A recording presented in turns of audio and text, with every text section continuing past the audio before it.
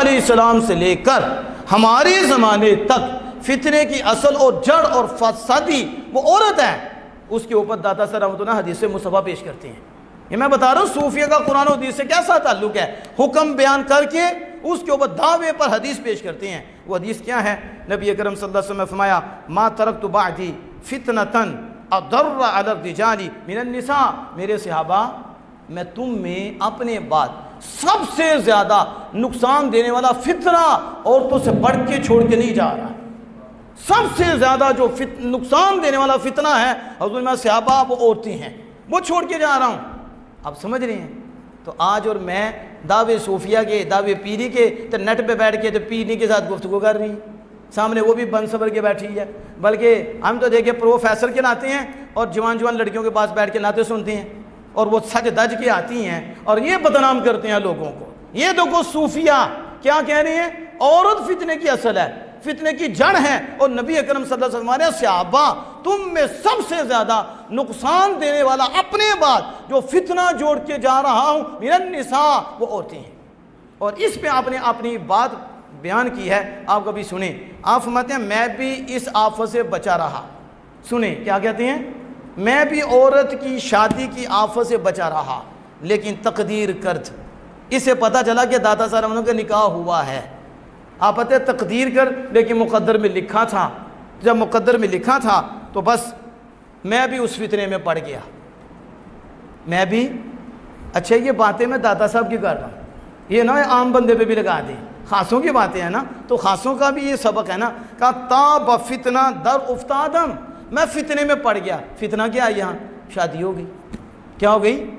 لیکن اگلے جمعے سے پتہ چلتا ہے کہ داتا صاحب نے دیکھا نہیں، بن دیکھے یا بس نکاح ہو جاتے ہیں نا۔ آج کا دور تو نہیں نا، آپ سمجھتے ہیں آج کے دور میں تو شادیاں بعد میں ہوتی ہیں، گفتگو پہلے ہوتی ہے، طلاقیں بھی ہو جاتی ہیں، اندر اندر سے نکاح بھی ہو جاتے ہیں، بہت کچھ ہوتا ہے۔ واجد صاحب کے سامنے بیٹھے انہیں پوچھے رخصتی ہوئی نہیں، طلاق ہوگی، ایک جگہ نہیں کئی جگہ ایسے ہوتا ہے، تو باتیں بھی ہوتی ہیں۔ لیکن داتا صاحب ماتے ہیں میں فتنے میں مبتلا ہوا، اور کتنا؟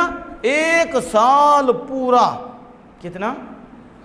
اس عورت کے مجھے وصف بیان کیے گئے، بتایا گیا وہ ایسی ہیں وہ ایسی ہیں، نکاح جو ہو گیا دیکھی نہیں، لیکن میں اس کے وصف میں گم ہو گیا، بس سن کے گم ہو گیا۔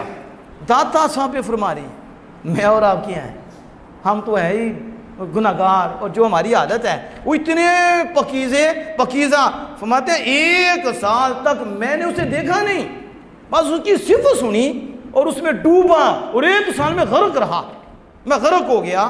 لیکن پھر ہوا کیا؟ آپ فرماتے ہیں پھر اللہ عز و جل نے کمال فضل اور کمال لطف سے میری حفاظت فرمائی، اور اس کی حفاظت نے میرا استقبال فرمایا، اللہ نے مجھے وہاں سے بچا لیا۔ آپ دیکھ رہے ہیں یہ داتا صاحب رحمۃ اللہ علیہ فرما رہے ہیں، اس سے پتہ چلا کہ داتا صاحب رحمۃ اللہ علیہ کی بس شادی ہوئی ہے، رخصتی نہیں ہوئی، رخصتی نہیں ہوئی۔ لیکن اس چیز کو میں نے اس لیے وعدہ کیا کہ صوفیہ تو اتنی احتیاط کرتے ہیں، وہ تو اتنا بچ کے رہتے ہیں، تو پھر جا کر یہ مقام پاتے ہیں، جب وہ پھر یہ مقام پاتے ہیں اتنا سہ کر، تو پھر صدیاں بھی بیت جاتی ہیں، داتا داتا بھی ہوتا ہے، خواجہ خواجہ بھی ہوتا ہے۔ آج دیکھو ہم ان کا ذکر بھی کر رہے ہیں، ایسے ذکر نہیں ہوتے، مر جاتے ہیں تو پھر ذکر ہوتے ہیں، پھر ان کے روزوں پہ مجمع بھی ہوتے ہیں، قرآن پڑھا بھی جاتا ہے، وہاں سے فیض بھی لیا جاتا ہے۔ آج دیکھ لو داتا صاحب رحمۃ اللہ علیہ صدیاں بیت گئی ہیں، آپ رات کو بھی جاؤ تو قرآن پڑھا جا رہا ہوتا ہے، آپ دوپہر کو بھی جاؤ تو قرآن پڑھا جا رہا ہوتا ہے۔ یہ کہتے ہیں صوفیہ کا قرآن سے تعلق نہیں۔ ہم نے کہا تیری مسجد میں پتہ نہیں کتنا پڑھا جا رہا ہو یا نہ پڑھا جا رہا ہو، داتا صاحب کا مرکز ایسا ہے جب چاہو گے قرآن ہی پڑھا جا رہا ہوگا اور انوار و تجلیات برس رہی ہوں گی۔ اللہ جل وعلا سے دعا ہے کہ اپنے محبوب کریم صلی اللہ علیہ وسلم کے صدقہ سے ہمیں ایسے نفوس قدسیہ کی محبت نصیب فرمائے اور ان کے ذریعے ہماری بخشش و مغفرت فرمائے۔